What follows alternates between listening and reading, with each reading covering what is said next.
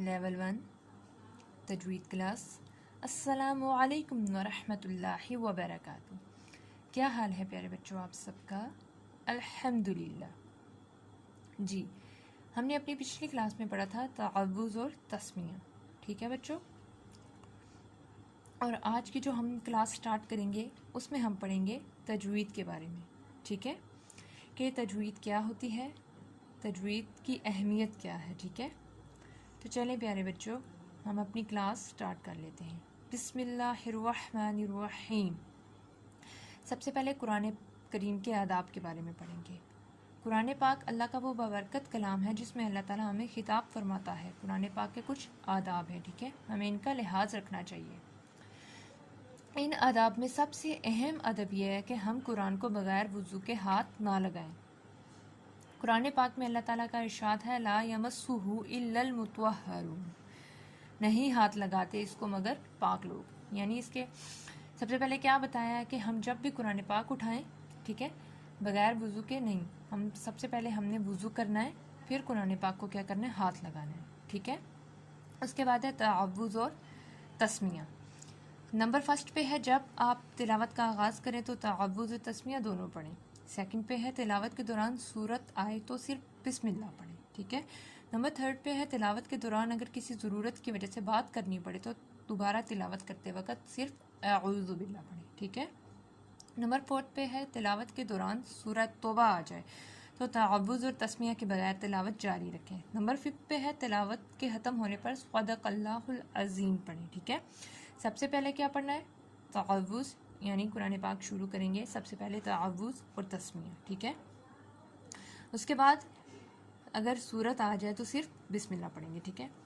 اس کے بعد ہے جی ہمارے پاس جب ہم تلاوت ختم کریں گے تو صدق اللہ العظیم پڑھیں گے، ٹھیک ہے؟ اس کے بعد ہمارے پاس آتا ہے تجوید کیا ہے، ٹھیک ہے؟ تجوید کا لغوی معنی ہے تحسین، خوبصورت کرنا، ٹھیک ہے؟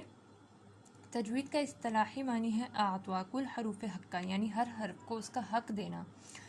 حرف کا حق یہ ہے کہ حرف کو اس کے صحیح مخرج سے ادا کیا جائے اور اس کی صفات کو ادا کیا جائے، ٹھیک ہے؟ تجوید کی اہمیت کے بارے میں پڑھ لیتے ہیں کہ تجوید کی اہمیت کیا ہے۔ تجوید کے بارے میں علماء نے لکھا ہے کہ تجوید کا سیکھنا واجب ہے، کیونکہ اگر علم تجوید نہ سیکھا تو پھر حروف کی ادائیگی غلط ہوگی، جس کی وجہ سے معنی تبدیل ہو جائے گا، ٹھیک ہے؟ اور کبھی کبھی معنی اتنا تبدیل ہو جاتا ہے کہ بالکل الٹ بن جاتا ہے اور کبھی بالکل کفریہ معنی بن جاتا ہے، ٹھیک ہے؟ چلیں اب ہم اس کی مثال دیکھ لیتے ہیں۔ قل هو اللہ احد، اس کا معنی ہے کہو اللہ ایک ہے، ٹھیک ہے؟ اگر آپ قل کے قاف کو، ٹھیک ہے، قاف موٹا قاف ہے، اگر آپ قل کے قاف کے اس کے صحیح مخرج سے پر ادا نہیں کریں گے، صحیح مخرج سے پر کر کے ادا نہیں کریں گے اور یوں پڑھیں گے کہ قل هو اللہ احد، تو اس کا معنی ہوگا کھاؤ اللہ ایک ہے، نعوذ باللہ۔ دیکھیں معنی کتنا تبدیل ہو گیا۔ قاف کا قل هو اللہ احد، اس کا معنی ہے کہ کہو اللہ ایک ہے، ٹھیک ہے؟ اور یہ قل هو اللہ احد، اس کا معنی ہے کھاؤ اللہ ایک ہے، نعوذ باللہ۔ دیکھیں کتنا معنی تبدیل ہو جاتا ہے اگر ہم مخرج سے صحیح کر کے ادا نہیں کر کے پڑھیں گے، ٹھیک ہے؟ اس لیے ہم نے قرآن پاک کے حروف کو صحیح کر کے ادا کرنا ہے، ٹھیک ہے؟ اس لیے ہر مسلمان کے لیے علم تجوید کا سیکھنا ضروری اور واجب ہے، ٹھیک ہے؟ تجوید سیکھنا ہمارے لیے بہت ضروری ہے اور یہ ہم پہ واجب ہے، ٹھیک ہے؟ جی، تو انشاءاللہ ہم لوگ اپنی نیکسٹ کلاس میں پڑھیں گے کہ تجوید کا علم ہمارے لیے سیکھنا کیوں ضروری ہے، ٹھیک ہے؟ انشاءاللہ کل کی ہم نیکسٹ کلاس میں یہ پڑھیں گے۔